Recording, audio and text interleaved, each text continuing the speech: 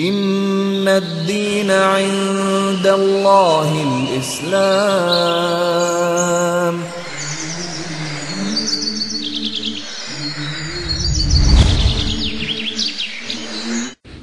The more you study though, and the more you read, the more you think, especially talk to other people who are qualified to talk about the subject, of course, then finally this one thing. You can make the test that I made 17 years ago. This test works every single time. When I was up there in Sweden, I was supposed to give a lecture in Malmo at a museum.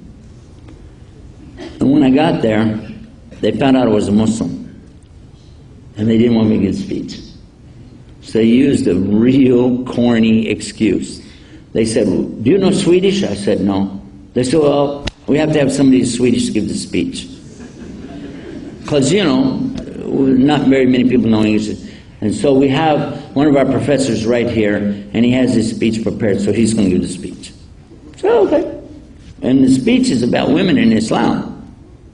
And he's an atheist, because like I told you, most of them up there, in the intellectuals, have talked themselves out of the notion that there's a God. And so he's going to give a speech. I'm so glad that he spoke instead of me. Because I've got a story that I've told many, many times since then about what he said. He pulled out his notes and he told us that he went to the Netherlands and, you know, Holland and Norway, Sweden, where he lives, Denmark.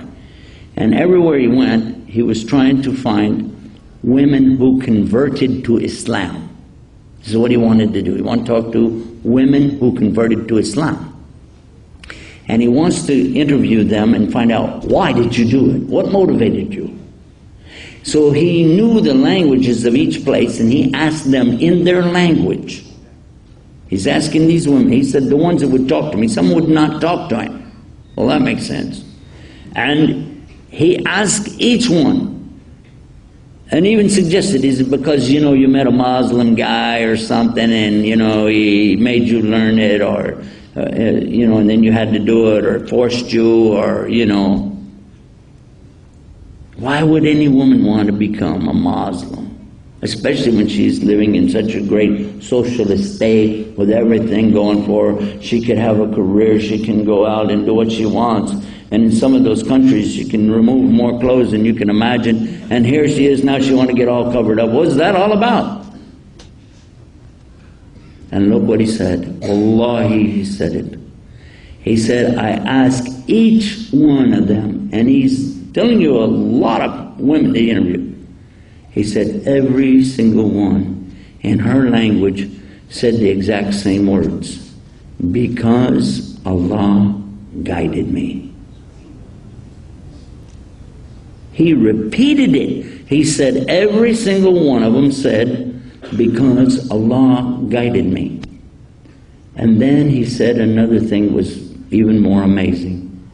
He said, but I don't believe that, because I am a scientist.